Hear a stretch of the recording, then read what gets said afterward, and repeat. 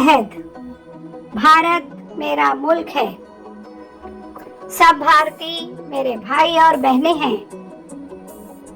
मुझे अपने वतन से प्यार है और मैं इसके अजीम व गुनाहों विरसे पर फख्र महसूस करता हूँ। मैं हमेशा इस विरसे के काबिल बनने की कोशिश करूँगा।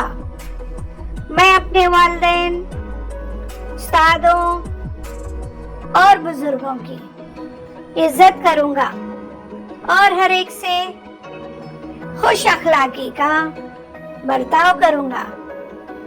मैं अपने मुल्क और अपने लोगों के लिए खुद को वक्फ करने की कसम खाता हूँ।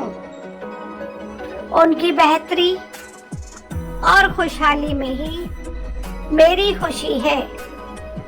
जय हिंद।